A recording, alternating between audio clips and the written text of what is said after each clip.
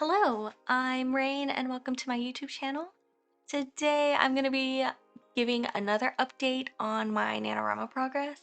This basically covers days 6 through 10, I believe. I think for my last update I ended at chapter 5. I've basically only added on 3 more chapters, so I'm currently on chapter 8, but the chapter lengths are a little longer. So yeah, actually a lot has kind of happened. I think my story is less of a story and more of like a I want this to happen, this to happen, this to happen, and just like a bunch of shit is happening. And it still doesn't make sense because I'm really not like thinking or like overthinking about what's gonna happen. I'm kind of just like, this kind of feels right, let's see what happens. So again, a lot of this will probably be edited very heavily when I actually finish this one. And yeah, that's basically what's probably gonna happen. So if I jump straight to chapter 5, I actually don't remember quite where I ended on my last update. I did kind of watch a little bit to kind of remember, but I just have a bad memory. I do remember that we basically had solved the cube, or they figured out the clue to solving the cube. And so Chris ended up using what they got from the fountain, or the plaque on the fountain in the courtyard that Jay found, and discovered that the cubes kind of spelled at 3 locations. That is the library, the cafeteria, and the science lab. So they split up and Jay and Chris get the library. Jay being kind of my main character so far. I was actually thinking of doing more of a, not omnipotent, but like, or omniscient, whatever the word is.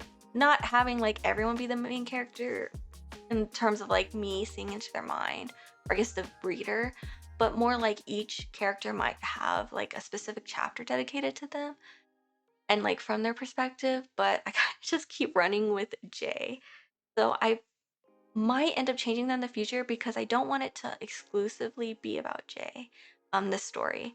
So I kind of want to go back and edit that, but that's going to be a future thing because I'm just rolling with what I got. So anyways, so they go to the library.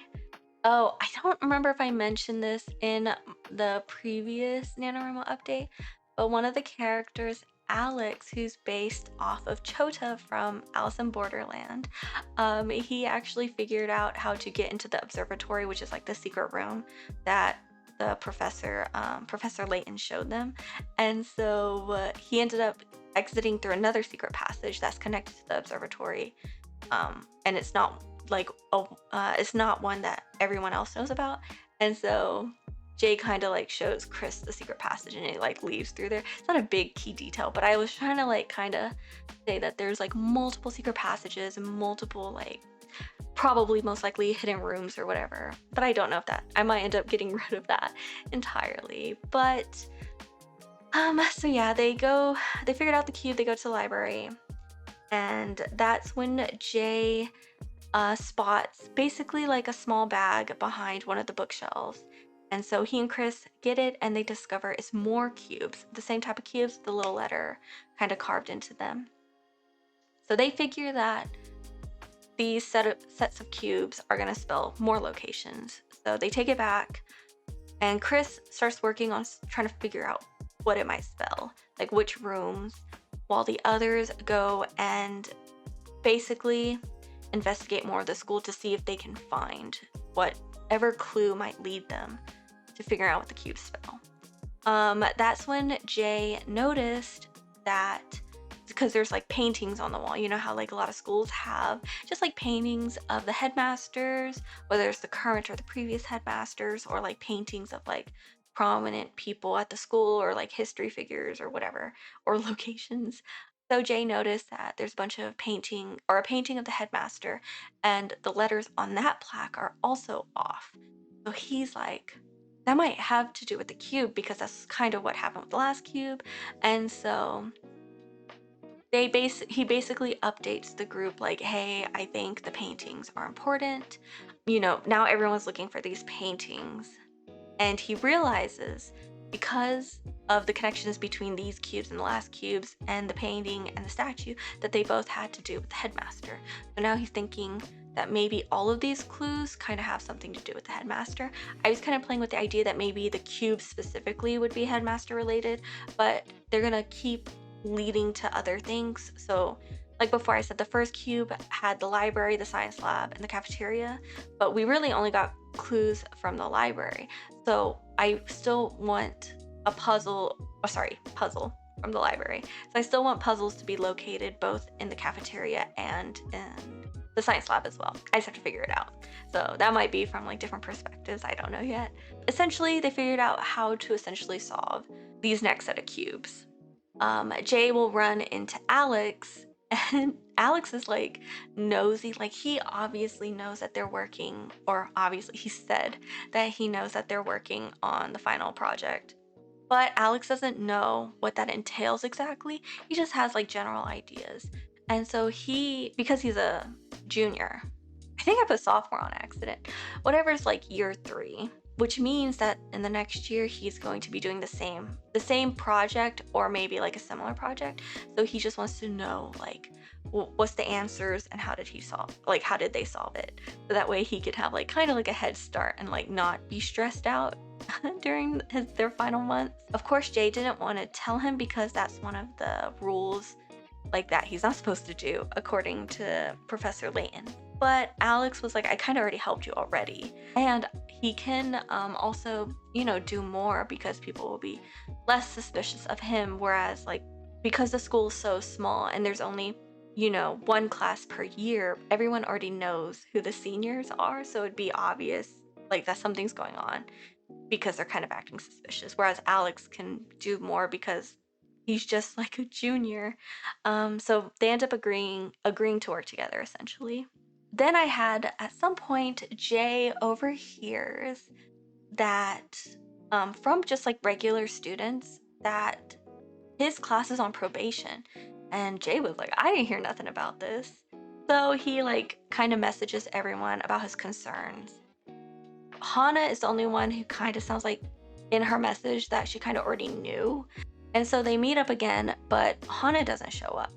And so Jay is like, okay, something's going on. And he like immediately thinks the worst, that maybe she's in on it, because previously in my first update, I mentioned that actually Chris and Rio when they received their letters on like the conditions of working on the final project, they had actually been given instructions to kind of sabotage the rest of the team. So Jay started believing, even though he saw Hana's letter, he kind of believes that maybe Hana is doing this, like something similar. And so maybe she got them in trouble, so now they're on probation. But Hana never appears. So they're like, okay, we're gonna go see where she is. So they go back to where she was assigned to like search for clues in regards to the cube puzzle, and they can't find her. So they talk to other students who kind of lead the group to the headmaster's office. And the students who are like in front of the headmaster's office are like, yeah, she's in there right now. Like we saw her enter. She hasn't come out yet. So the group waits there, except Hana never comes out. Neither does the headmaster. So they're like, we're just gonna go in. And so they essentially break in and discover that no one is in the headmaster's office. After a bit of like snooping around, they discover another secret passage and they go to investigate, but this one that leads them to like a fork, so they can go like 2 ways. And they decide to split up. So of course, because they're always together in my story for some reason, Jay and Chris go together one way, and then Rio and Shawnee go the other way.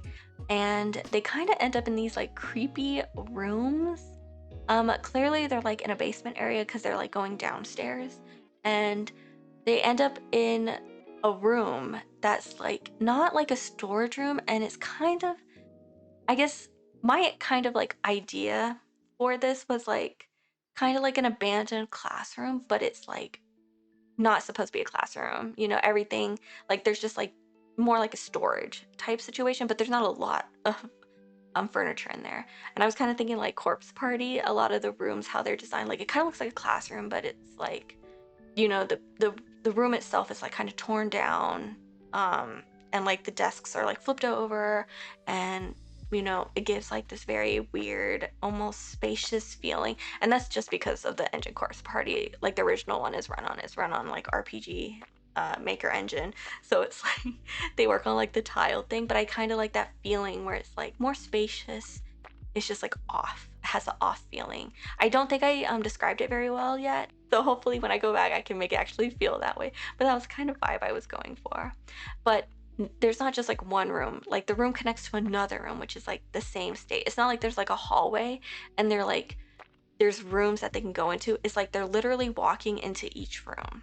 And so they do this, they enter like multiple rooms that are in the same state before ending up in another room that kind of looks like I don't know why I'm thinking, I don't think this is the right term for this room, but I'm gonna say it anyway. It's kind of like an observation room, kind of like when you walk into like a pure white room and then in front of you, like imagine that you're being observed and in front of you is like a glass room where the scientists are in and they have like the console in front of them. And yeah, that's kind of how I imagine this room. So they would walk into this room, see the glass section, and then they were like, okay, something is definitely wrong. So Chris is like freaking out. She's like, she doesn't want to be here anymore. Like she's done with this. And so she's like, okay, I just want to leave and then we'll like contact the authorities because something sus is going on here. Like this isn't normal anymore. I think I'm kind of progressing in like the not normal plot line a little too quickly because I'm only on chapter 7. But you know, we'll see how it goes. But yeah, but Jay is like, he wants to find Hana. So he's like, okay, you go back, and if I'm not back in say 10 minutes, you call the cops. When he goes into the glass room, there's also a door that leads out of the classroom. So he or into the next room. So he enters the next room to find it's kind of like an interrogation-esque room where it's like one chair is in the center of the room and it's like almost pitch black except for the light up ahead. And in the chair is Hana, and she's like unconscious, like she's not responding. And Jay initially thinks that she's dead because she looks pretty beat up and she's not responding to him. And then a man in a mask who's revealed to be Ravenwell comes out, and Ravenwell's like, you know, you need to leave, like you're not supposed to be down here or whatever. And Jay's like, I'm not leaving without Hana. They basically fight, and Ravenwell kind of reveals that like the police are in on this essentially, or like, sorry, he's paid off the police so they won't do anything. But Jay's like, you know, I'm gonna figure out, like, this is like not right, something's not right here, and he wants to know what. But like the headmaster isn't revealing too much. He's just saying like this is her punishment essentially.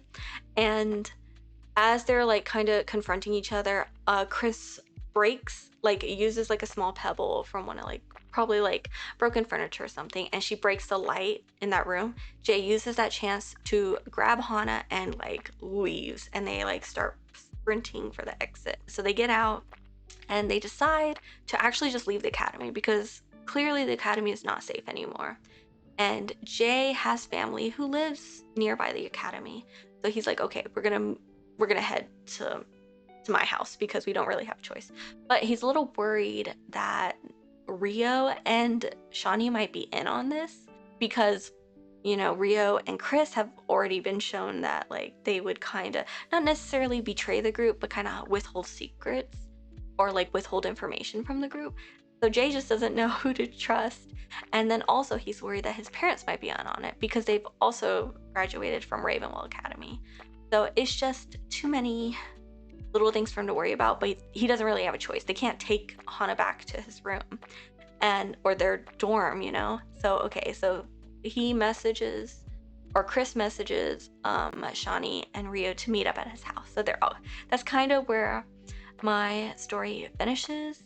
Well, I think I said I was on chapter 8. I'm technically about to start chapter 8 tomorrow. And that's basically where my story currently ends. I also did go back because I still had a little bit on my word count, but I really had an itch to kind of go back and edit a little bit of my story. So I ended up going back to chapter 1 and just changing a few things and fleshing out some scenes and kind of getting my vibe more on point because I totally am not following especially not my theme that I have, which was, you know, about controlling and redemption. I have not followed that theme at all. I think, and even my personality for my characters are off, which I'm okay with that because I don't want them to be a one-to-one based off the characters in Alice in Borderland. I want them to develop their own personality and become their own characters. I want to say I really failed on my theme so far, so I'm hoping to bring that back in when I go edit. Yeah, that's slowly what I'm doing now currently. I don't even think I'm halfway through chapter 1. Oh, I am. Okay. So I'm about halfway through editing chapter 1. And this kind of helped me flesh out my word count and tighten a lot of stuff. So I'm definitely gonna, I don't know if I'm gonna edit all of them, or I might just edit like 2 more chapters. So up to chapter 3, then continue my story, and then just every time I reach like maybe every 3 to 5 chapters, then I'll edit 3 chapters. That way I can keep the flow going. And then I can also, it allows me to see like what I had before and then what I might kind of want to continue, because I'm not taking notes on my story. So if I don't remember like a little small detail, it's gone. So this gives me a chance to kind of refamiliarize myself with what I've written, and then figure out how I'm going to, implement it into the future of my story. Yeah, that's literally it that I have for Project.Nano, my NaNoWriMo project. So yeah, that's really all I have. Again, I'm going to try and update this every 5 days. I might increase it to a little bit more.